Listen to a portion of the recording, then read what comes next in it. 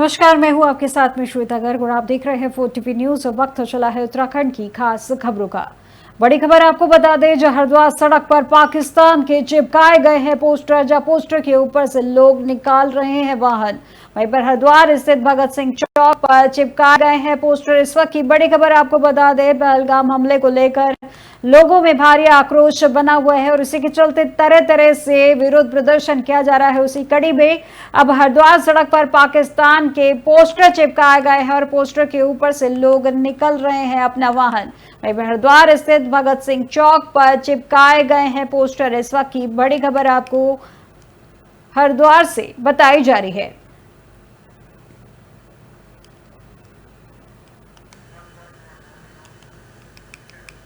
और अब देहरादून से एक बड़ी खबर आपको बता दें, जी सीएम पुष्कर सिंह धामी का आज दिल्ली दौरा है। जहां दिल्ली में केंद्रीय नेताओं से सीएम धामी करेंगे मुलाकात, जहां केंद्रीय नेताओं को 4 धाम की यात्रा का देंगे न्योता। वहीं राज्य के विकास से जुड़ी लंबित योजनाओं का उठा सकते हैं मुद्दा, जिसमें शहरी विकास, जल शक्ति और पर्यावरण जैसे मुद्दों पर करेंगे बात।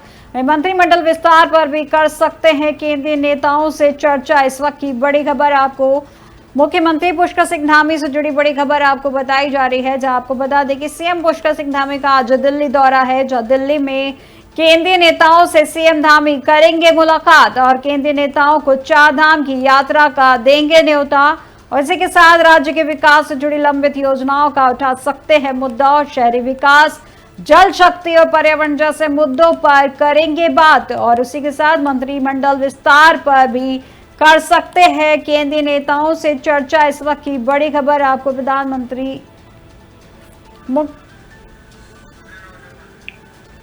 इस वक्त की बड़ी खबर आपको बता रहे हैं, जहां पे दिल्ली का आज दौरा है। सीएम पुष्कर सिंह धामी का आज दिल्ली दौरा है, जिसके संबंध में बताया जा रहा है कि केंद्रीय नेताओं को 4 धाम यात्रा का न्योता देंगे। और इस खबर पर ज्यादा जानकारी के लिए हमारे साथ हमारे सहयोगी अजय पांडे लाइन पर जुड़ चुके हैं। तो अजय जी, जिस तरीके से सीएम पुष्कर सिंह धामी का आज दिल्ली दौरा है, आखिर किन कारणों के चलते आज दिल्ली का दौरा करेंगे सीएम पुष्कर सिंह धामी?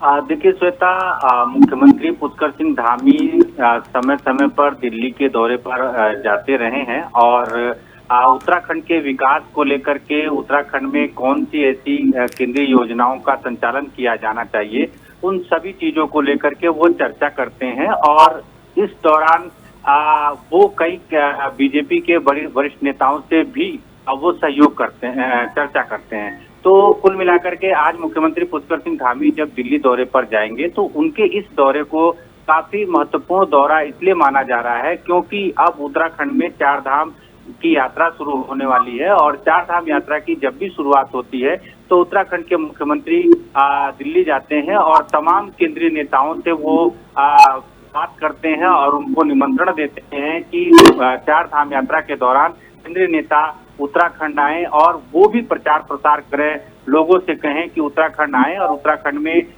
सुरक्षा से लेकर के तमाम जो इंतजामात हैं वो किए गए, सारे अच्छे प्रबंध हैं 4 धाम यात्रा को लेकर। तो सभी लोग वहाँ यात्रा करने के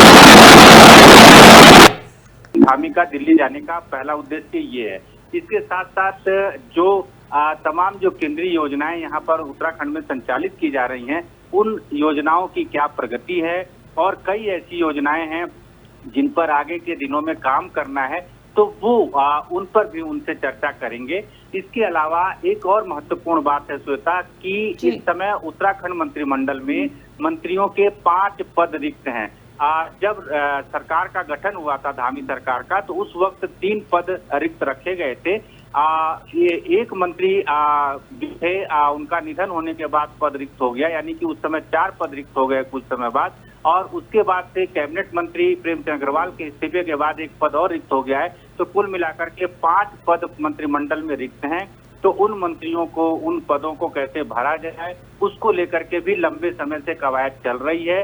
और तमाम बीजेपी के जो विधायक हैं वो चाहते हैं मंत्रिमंडल में शामिल होने के लिए, तो वो भी अपने स्तर से कवायद कर रहे हैं, अपने पक्ष में माहौल बना रहे हैं। मुख्यमंत्री का जब दिल्ली दौरा होता है इस तरह का, तो इस बात को लेकर के भी कयास लगाया जाता है कि मुख्यमंत्री संभवतः कैबिनेट विस्तार को लेकर के भी बीजेपी के वरिष्ठ नेताओं से चर्चा करेंगे, उनसे बातचीत करेंगे और उनका मार्गदर्शन लेंगे। जी अजय जी, इस बैठक में किन किन के शामिल होने की बात कही जा रही है कि कितने लोग इस बैठक में मौजूद रहेंगे और ये बैठक कितने बजे से शुरू होगी?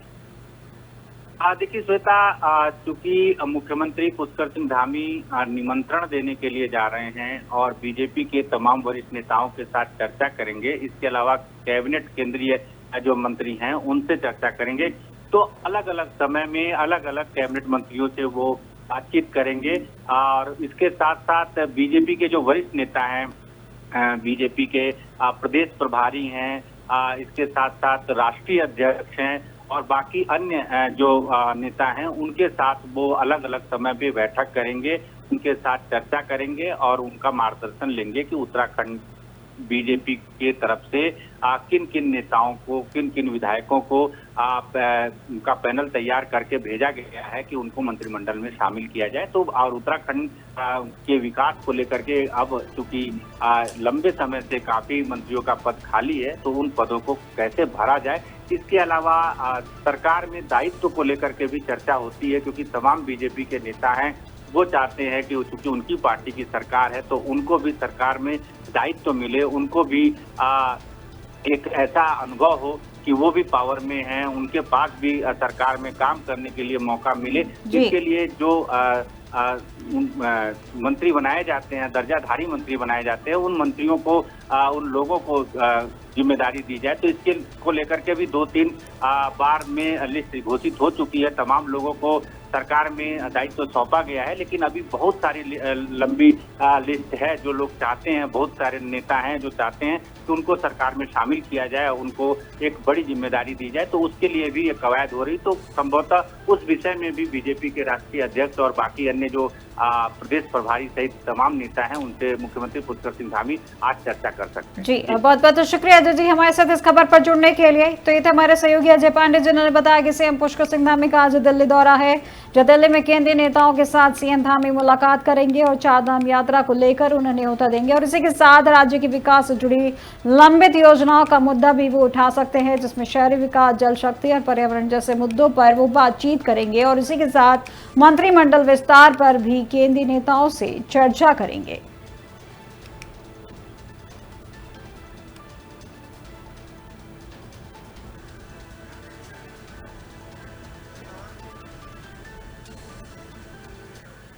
अब खबर देहरादून से है, जहां मुख्यमंत्री धामी ने कश्मीरी छात्रों को आश्वासन दिया है। जहां देहरादून में रह रहे कश्मीरी छात्रों को उन्होंने सुरक्षा का आश्वासन दिया है, जिसमें उत्तराखंड में पढ़ रहे छात्रों की सुरक्षा की जिम्मेदारी हमारी है। जहां चारधाम यात्रा के लिए भी सीएम धामी ने सख्त निर्देश दिए हैं और उसी के साथ उन्होंने संदिग्ध दिखाई देने पर तुरंत हिरासत में लेने के निर्देश दिए हैं। इस वक्त की बड़ी खबर आपको, देहरादून से जुड़ी बड़ी खबर आपको बता दें, जहां मुख्यमंत्री धामी ने कश्मीरी छात्रों को आश्वासन दिया है, जिसमें उन्होंने देहरादून में रह रहे कश्मीरी छात्रों को सुरक्षा का आश्वासन दिया है और उसी के साथ उन्होंने कहा कि उत्तराखंड में पढ़ रहे छात्रों की सुरक्षा की जिम्मेदारी उनकी है। जो चारधाम यात्रा के लिए भी सीएम धामी ने सख्त निर्देश दिए हैं, जिसमें उन्होंने कहा है कि संदिग्ध दिखाई देने पर तुरंत हिरासत में लेने के उन्होंने निर्देश दिए हैं।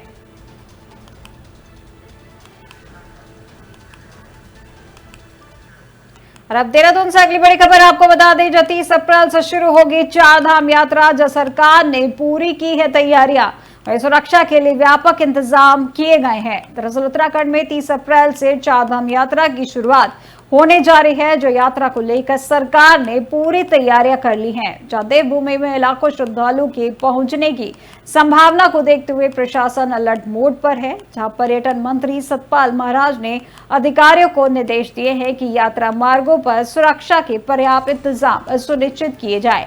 उन्होंने कहा कि श्रद्धालुओं की सुरक्षा सर्वोपरि है और इसके लिए अतिरिक्त सुरक्षा बल तैनात किए जाए। वहीं सड़क मार्गों की मरम्मत, चिकित्सा सुविधाएं, ट्रैफिक कंट्रोल और राहत केंद्रों की व्यवस्था भी पूरी कर ली गई है। वहीं संवेदनशील इलाकों में पुलिस और आईटीबीपी की टीमों को अलर्ट कर दिया गया है और सरकार की कोशिश है कि इस बार की चारधाम यात्रा श्रद्धालु की सुरक्षित, सुगम और सुविधाजनक हो सके। अब देखना यह होगा कि भारी भीड़ और मौसम की चुनौतियों के बीच व्यवस्थाएं कितनी प्रभावी साबित होती हैं।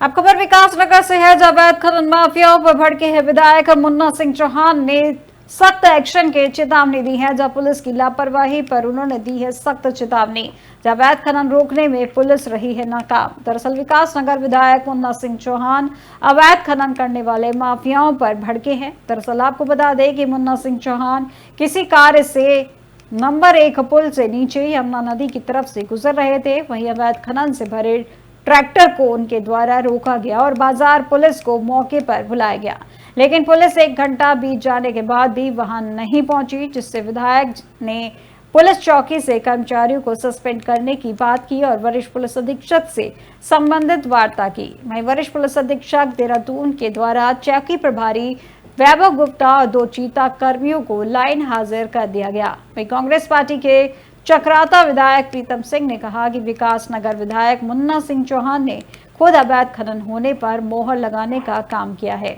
आइए जानते हैं क्या कहा है चक्राता विधायक प्रीतम सिंह और कांग्रेस के पूर्व जिलाध्यक्ष संजय किशोर ने।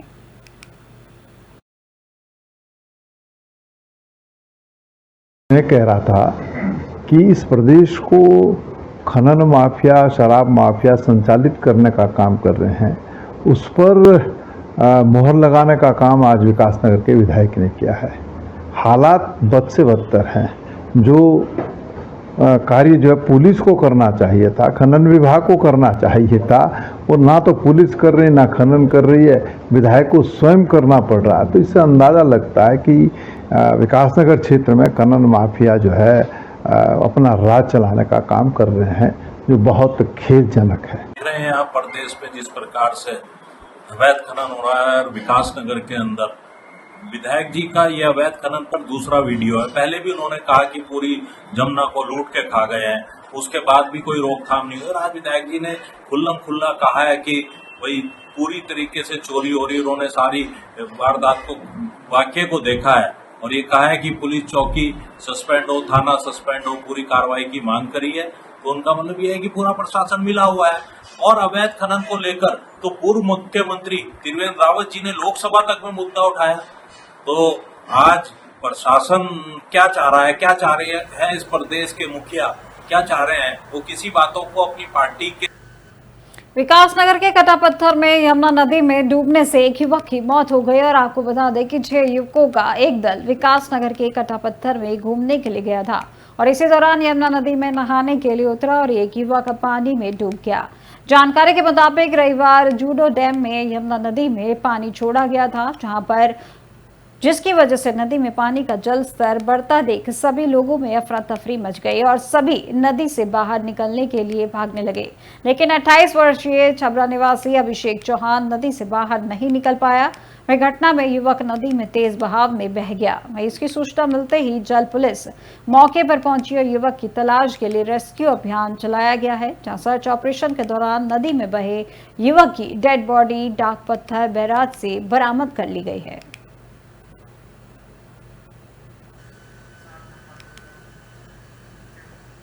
अल्मोड़ा जिले के विकासखंड सल्ट में IMPCL दवा फैक्ट्री मोहान में 7 फीट लंबा सांप घुस गया, जिसे देख दवा फैक्ट्री में काम कर रहे श्रमिक व कर्मचारियों में अफरा तफरी का माहौल बन गया। वहीं दवा फैक्ट्री के कर्मचारियों ने इसकी सूचना मोहान रेंज के वन विभाग की टीम को दी है। जब मौके पर पहुंची वन विभाग की रेस्क्यू टीम ने करीब 1 घंटे की कड़ी मशक्कत के बाद रेस्क्यू कर बिंतिया पानी नाले के जंगल में इंडियन पाइथन सांप छोड़ दिया, जिसके बाद IMPCL दवा फैक्ट्री श्रमिक व कर्मचारी में राहत की सांस ली है।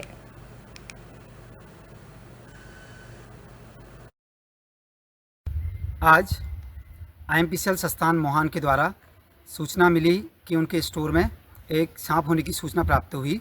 मोहान रेस्क्यू टीम द्वारा तुरंत घटनास्थल पर जाकर सर्च किया गया। काफ़ी ढूंढ खोज के बाद किसी कोने पे इंडियन रॉक पाइथन दिखाई दिया गया, जो कि काफ़ी बोरो कट्टों के नीचे दबा हुआ था। कट्टों को हटाया गया और टीम अपने साथ स्नैक रेस्क्यू उपकरण जो ले गई थी उनका इस्तेमाल करते हुए सफलतापूर्वक इंडियन रॉक पाइथन का रेस्क्यू कर उसको उसके प्राकृतिक आवास में। रुड़की के मंगलौर कोतवाली क्षेत्र के गांव टांडा भनेड़ा में मौजूदा आसरा ईट भट्टे पर उत्तर प्रदेश जिला शामली के गांव गुजरान बड़वा के रहने वाले सलीम की हत्या उसी के पुत्र ने फावड़ा मारकर कर दी और इसको लेकर बताया जा रहा है कि मृतक का 17 वर्षीय पुत्र मशाहिर भी उन्हीं के साथ ईट भट्टे पर पथाई का काम करता था और वहीं रात में दोनों पिता पुत्र के बीच किसी बात को लेकर झगड़ा हुआ, जिस पर आवेश में आकर पुत्र ने पिता की फावड़ा मारकर हत्या कर दी। वहीं सूचना मिलने पर मंगलौर कोतवाली पुलिस मौके पर पहुंची और शव का पंचनामा भरकर पोस्टमार्टम के लिए भिजवा दिया है और साथ ही हत्या करने वाले पुत्र की तलाश में जुट गई है।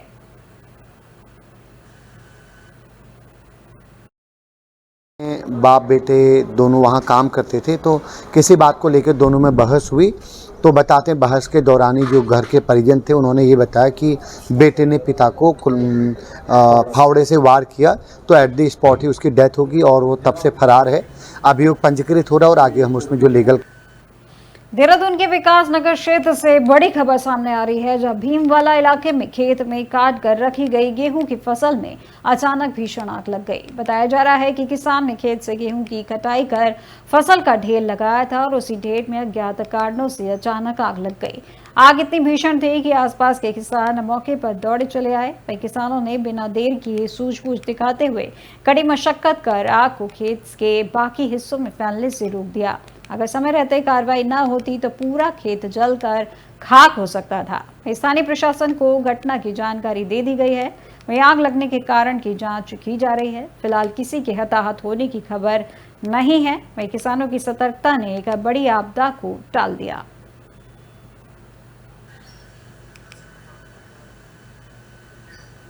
शहर भर के स्ट्रीट लाइटों की स्थिति का जायजा लेते हुए देहरादून की नगर आयुक्त नमामि बंसल ने स्ट्रीट लाइट अनुभाग की समीक्षा बैठक कर शहर का स्थलीय निरीक्षण किया और इसी बीच नगर आयुक्त नमामि बंसल ने कहा कि स्ट्रीट लाइट कंपनियों को नगर निगम क्षेत्र की स्ट्रीट लाइटों को चालू स्थिति में रखने के निर्देश दिए।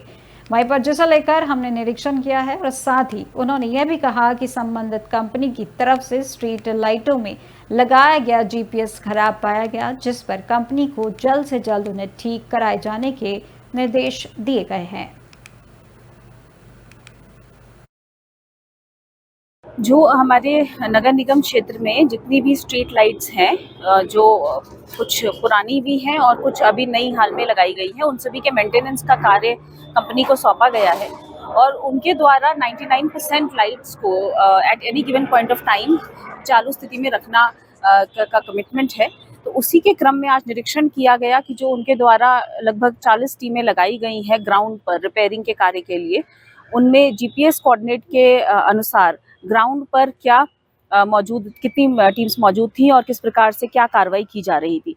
तो उसी सब के क्रम में पाए गए जो कमियां पाई गई, उनके क्रम में कंपनी को चेतावनी जारी की गई है और ये कहा गया है कि इनको जल्द से जल्द दुरुस्त कर लिया जाए। आगामी मॉनसून सीजन में विशेष रूप से स्ट्रीट लाइट की जो समस्या है उसमें रिपेयरिंग के कार्य को लेकर कोई भी लापरवाही ना बरती जाए और उस सब के लिए एक प्रॉपर एक्शन प्लान तैयार कर नगर।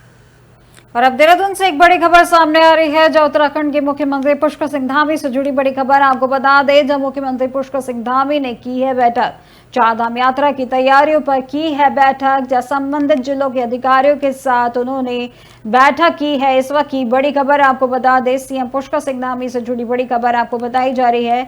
जब मुख्यमंत्री पुष्कर सिंह धामी ने की है बैठक, जहां चारधाम यात्रा की तैयारियों पर उन्होंने बैठक की है, जो संबंधित जिलों के अधिकारियों के साथ की है उन्होंने वर्चुअल बैठक। इस वक्त की बड़ी खबर।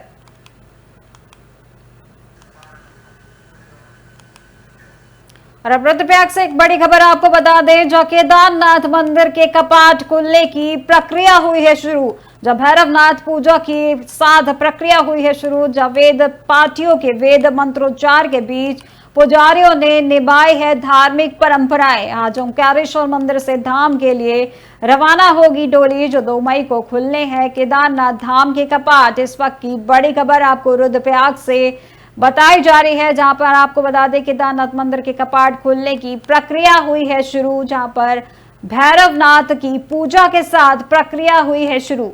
वेद पाठियों के वेद मंत्रोच्चार के बीच पुजारियों ने निभाई है धार्मिक परंपराएं, जहां ओंकारेश्वर मंदिर से धाम के लिए रवाना होगी डोली। 2 मई को खुलने हैं केदारनाथ धाम के कपाट। इस वक्त की बड़ी खबर आपको रुद्रप्रयाग से बताई जा रही है। केदारनाथ मंदिर के कपाट खुलने की प्रक्रिया हुई है शुरू। इस वक्त की बड़ी खबर आपको बता दें कि अब 4 धाम यात्रा की शुरुआत होने जा रही है। जब 30 अप्रैल से इस यात्रा की शुरुआत होने जा रही है, उसी कड़ी में अब केदारनाथ मंदिर के कपाट खुलने की जो प्रक्रिया है वो शुरू हो चुकी है। जो भैरवनाथ की पूजा के साथ प्रक्रिया शुरू की गई है, जो वेद पाठियों के वेद मंत्रोच्चार के बीच पुजारियों ने निभाई है धार्मिक परंपराएं। जहां आज ओंकारेश्वर मंदिर में धाम के लिए रवाना होगी डोली और इसी के साथ 2 मई को खुलने हैं केदारनाथ धाम के कपाट।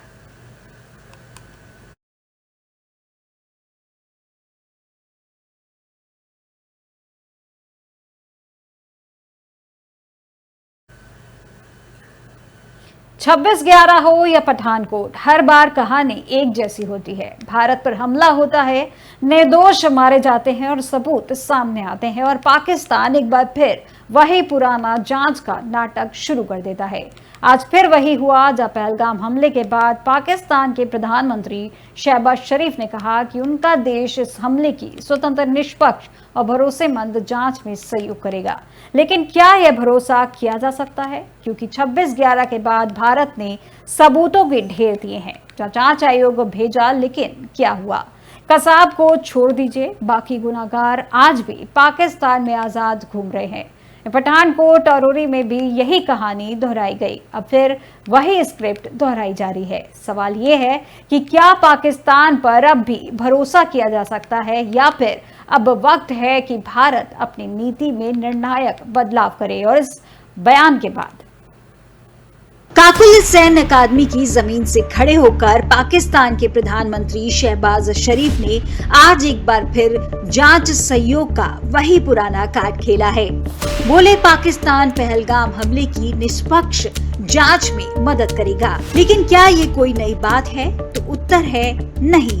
हमने 26/11 देखा, पठानकोट झेला, उरी पुलवामा तक।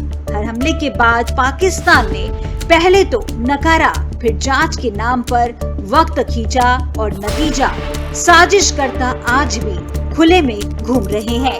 इस मामले पर राजस्थान के बूंदी से लोकसभा अध्यक्ष ओम बिरला ने कहा कि जम्मू कश्मीर के पहलगाम में घटी आतंकी घटना से पूरा देश दुखी है। निश्चित रूप से आने वाले समय में आतंकवाद के खिलाफ कड़ी कार्रवाई होगी। आगे उन्होंने कहा, जम्मू कश्मीर के पहलगाम में जो आतंकवाद की घटना घटी उसको पूरे देश ने व्यतीत किया। पूरा देश उससे दुखी है। बूंदी के अंदर, कोटा के अंदर भी लोग दुखी हैं। ऐसी आतंकवाद की किसी घटना के प्रति पूरा देश और विशेष रूप से पूरे विश्व ने भी आतंकवाद के खिलाफ अपनी प्रतिबद्धता दर्शाई है। निश्चित रूप से आने वाले समय में आतंकवाद के खिलाफ कड़ी कार्रवाई होगी। आतंकवाद की किसी घटना जो इस देश में घटेगी वो असहनीय है और उसको आतंकवाद के खिलाफ एक निर्णायक और फैसले लड़ाई के लिए माननीय प्रधानमंत्री ने पहल की है। जम्मू कश्मीर के मुख्यमंत्री उमर अब्दुल्ला ने शहबाज शरीफ के इस बयान को सिरे से खारिज कर दिया। बोले, उन्होंने तो पहले हमले के अस्तित्व को ही नकारा था। उल्टा कहा कि हमला भारत ने खुद कराया है और अब कहते हैं हमें अफसोस है। उन्होंने तो पहले ये तस्लीम ही नहीं किया कि पहलगाम में कुछ हुआ। सबसे पहले क्या कहा उन्होंने? कहा कि ये हिंदुस्तान ने खुद कराया। अब जिन लोगों ने पहले ही हमारे ऊपर ही जो है इल्ज़ाम तलाशी की, अब उसके बाद तो फिर मुश्किल है ना और कुछ कहना। बाकी मैं उनकी बातों में कोई ज़्यादा तबसरा करना नहीं चाहता हूँ। जो हुआ बड़ा अफसोस है, नहीं होना चाहिए था। वहीं इस बयान के बाद पश्चिम बंगाल से बीजेपी अध्यक्ष और केंद्रीय मंत्री सुकांता मजूमदार ने पाकिस्तान को जमकर घेरा है। उन्होंने कहा कि क्या चोर कभी अपनी चोरी की जांच करता है? पाकिस्तान के प्रधानमंत्री डर के कारण ऐसा कह रहे हैं। देखिए, जांच क्या करेंगे? चोर कभी चोरी का जांच कर सकते हैं क्या? पाकिस्तान से ही आए थे लोग, हर जगह से दिख रहा है और इसका ऑलरेडी कौन कौन ऑर्गेनाइजेशन इसके पीछे है। पाकिस्तान में भी लोग चिल्ला रहे हैं कि हम पीछे। बाकी जो पाकिस्तान के प्रधानमंत्री बोल रहे हैं वो डर के मारे बोल रहे हैं कि इन्वेस्टिगेशन के लिए तैयार है। ये डर अच्छा है, डर रहना चाहिए।